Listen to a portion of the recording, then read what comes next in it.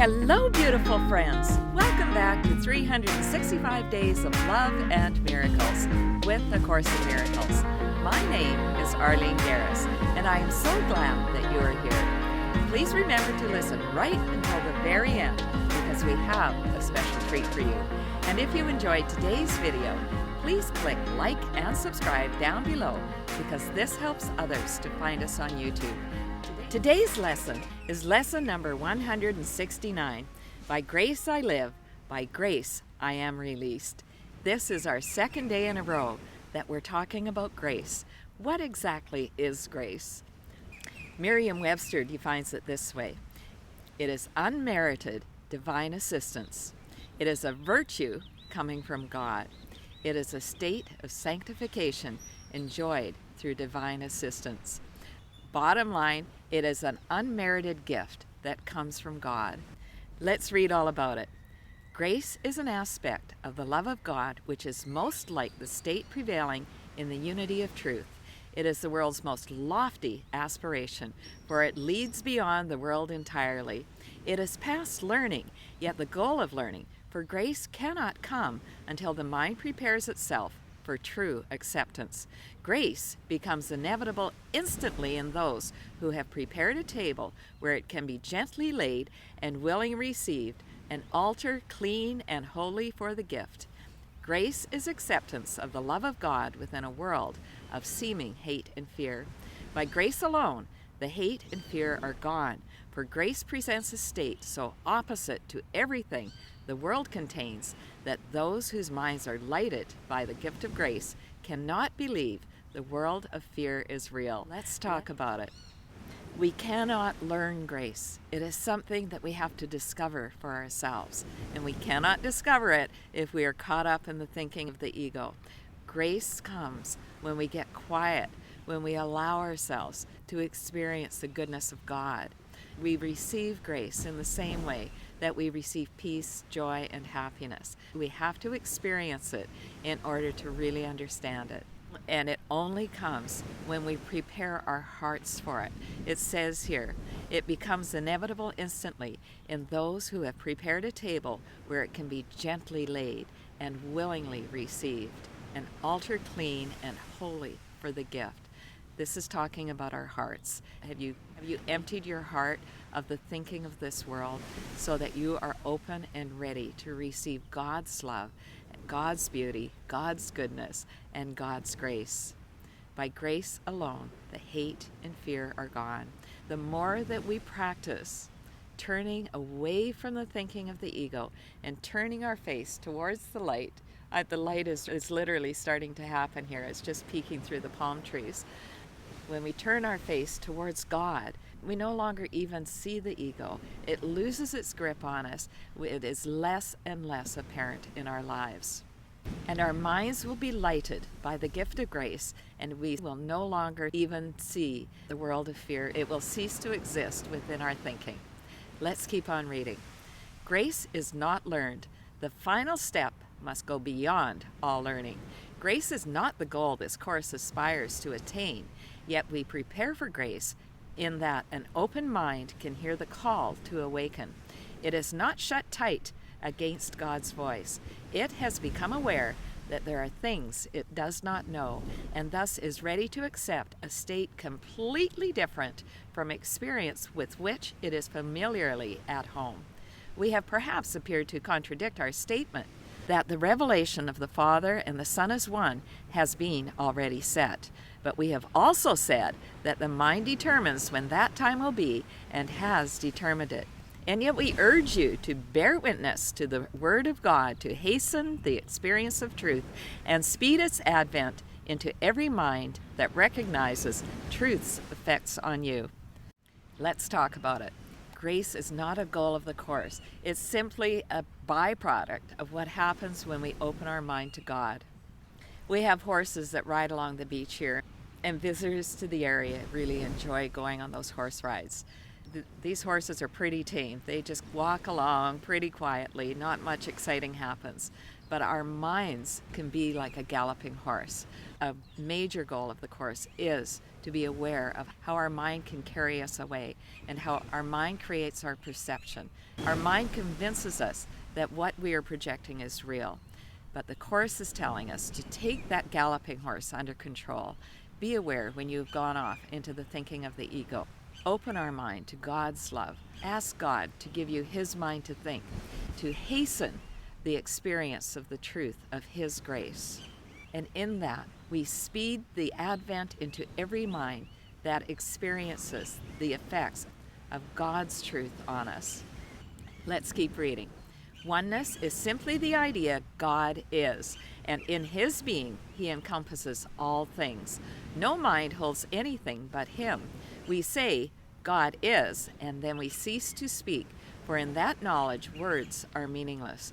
There are no lips to speak them, and no part of mind sufficiently distinct to feel that it is now aware of something not itself. It has united with its source, and like its source, it merely is. We cannot speak, nor write, nor even think of this at all. It comes to every mind when total recognition that its will is God's has been completely given and received completely. It returns the mind into the endless present where the past and future cannot be consumed. It lies beyond salvation, past all thought of time, forgiveness, and the holy face of Christ. The Son of God has merely disappeared into His Father as His Father has in Him. The world has never been at all. Eternity remains a constant state. Let's talk about it. This is describing our experience of meditation, in which our thinking mind simply fades away and there are no words. We allow ourselves to experience the oneness with God and all of creation. As we sink deeper and deeper into our meditation, it is a wordless experience. It cannot be described. There is no time in this experience. There is no past and no future. It is simply right here in this moment. This is eternity. In this experience, we disappear into our Father as our Father has in us. The world ceases to exist, and eternity remains a constant state. As we experience this oneness in our meditation, we are also experiencing grace. We experience our oneness with God and all of creation. We accept the idea that God simply is. God cannot be described. God has to be experienced. And in this experience, we're able to feel that God encompasses all things. God encompasses you. God encompasses me. And God is this moment in time. Isn't that just an incredible thought, my friends? Doesn't that make you want to be even more faithful in your meditation practice? Let's keep reading. This is beyond experience we try to hasten, yet forgiveness, taught and learned, brings with it the experiences which bear witness that the time the mind itself determined to abandon all but this is now at hand. We do not hasten it in that what you offer was concealed from Him who teaches what forgiveness means. All learning was already in His mind, accomplished and complete. He recognized all that time holds and gave it to all minds that each one might determine from a point where time was ended, when it is released to revelation and eternity. We have repeated several times before that you but make a journey that is done. Let's talk about it. Our story is already written. Before we came to this earth, we made a soul contract about what our story was going to be. We decided who we were going to have for our parents. We decided who our children were going to be. Our children chose us to be their parents. We decided what friends we were going to encounter. And even more beautiful, we've all known each other in previous lifetimes. This story is already written. We are making a journey that is already complete. It's a bit like we're on a passenger train, but we don't even know that we're on the train. We think that we're somewhere else, and we're fighting against it. We're trying to get the story to go a different way. We're trying to have a different ending, but the train is on the tracks. There's no getting off. It's our choice whether to fight the journey or to simply sit back, relax, and enjoy it. All learning is already in our minds. When we sit back and enjoy the journey, this learning will become evident to us. We will understand what God is trying to say to us. It's already there. It's deep inside of your mind and it's deep inside of mine. But we cannot access it if we're caught up in the busyness of the world. We simply must take the time to relax into our meditation, where we will come to a full understanding and a full knowledge as we experience God's loving grace. Let's keep reading. I finally said uncle and put up the umbrella. I just couldn't take that bright sun any longer. Let's keep reading. For oneness must be here. Whatever time the mind has set for revelation is entirely irrelevant to what must be a constant state, forever as it always was, forever to remain as it is now. We merely take the part assigned long since and finally recognized as perfectly fulfilled by Him who wrote salvation's script in His Creator's name and in the name of His Creator's Son. There is no need to further clarify what no one in the world... Oh my gosh! Look at you. You don't want to be in my video, do you? No. Yeah, she just rode up on her horse, just like in the movies. Was it fun? That's so great. What a great way to end your holiday. Yeah. Those are beautiful horses. They are. It's like in a Western scene or something. They're having a good time. Now, where was I? For oneness must be here. Whatever time the mind has set for revelation is entirely irrelevant to what must be a constant state, forever as it always was, forever to remain as it is now. We merely take the part assigned long since and fully recognized as perfectly fulfilled by Him who wrote salvation's script in His Creator's name and in the name of His Creator's Son. There is no need to further clarify what no one in the world can understand. When revelation of your oneness comes, it will be known and fully understood. Now we have work to do, for those in time can speak of things beyond and listen to words which explain what is to come is past already. Yet what meaning can the words convey to those who count the hours still and rise and go to work and sleep by them? Let's talk about it. This last bit really hits me because I have always struggled with time. I tend to get very anxious and worried and upset because I have too much to do in the day. I know that I create the situation for myself. The course has been helping me to be aware of that. When I try to live by the watch, when I'm trying to pack too much into my day, when I'm busy thinking about my long to-do list instead of being present right here in this moment, I'm missing out on what is right in front of me. We've just had a wonderful experience with the horses. And if I was so focused on what I'm trying to do, don't bother me, I've got work to do, then I would have missed that. That was just such a joyful moment. How blessed am I to be able to experience this. I don't want to miss out on a single moment of my life. Let's be fully present to what is going on right in front of us, right here, right now. When we do that, we experience the revelation of our oneness with God and all of creation. Could you sense that oneness in that experience that I just had with my friends? It was joyous. It was wonderful. It was absolutely delightful. That is how our life can be always when we open ourselves to experience the truth that we are one with God. Oh, here comes the horse again. Oh my goodness. To our oneness with God and all of creation. Let's be very aware of how the ego tries to trap us into counting the hours. I know that those of you that are holding down 9-to-5 jobs can't just throw the alarm clock away. But let's just be aware of this tendency that we have to get caught up in worrying about all the things that we think that we need to do in the day. Let's keep reading. Suffice it then that you have work to do and play your part. The ending must remain obscure to you until your part is done. It does not matter, for your part is still what all the rest depends on. As you take the role assigned to you, salvation comes a little nearer each uncertain heart that does not beat as yet in tune with God. Forgiveness is the central theme that runs throughout salvation, holding all its parts in meaningful relationships. The course it runs directed and its outcome sure. And now we ask for grace, the final gift salvation can bestow. Experience that grace provides will end in time, for grace foreshadows heaven, yet does not replace the thought of time, but for a little while. Let's talk about it. Have you noticed how almost every lesson sneaks in the theme of forgiveness? Forgiveness is essential if we are going to learn how to let go of the fearful thoughts of the ego. Forgiveness is the central theme that runs through salvation. Only through forgiveness will we come to experience our oneness with God and all of creation. It tells us here that grace foreshadows heaven, so let's continually ask for God's grace to carry us through whatever we might have to face each and every day. Let's keep reading.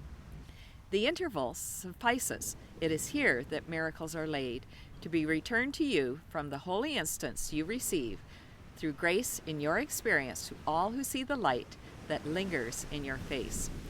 What is the face of Christ but his who went a moment into timelessness and brought a clear reflection of the unity he felt an instant back to bless the world?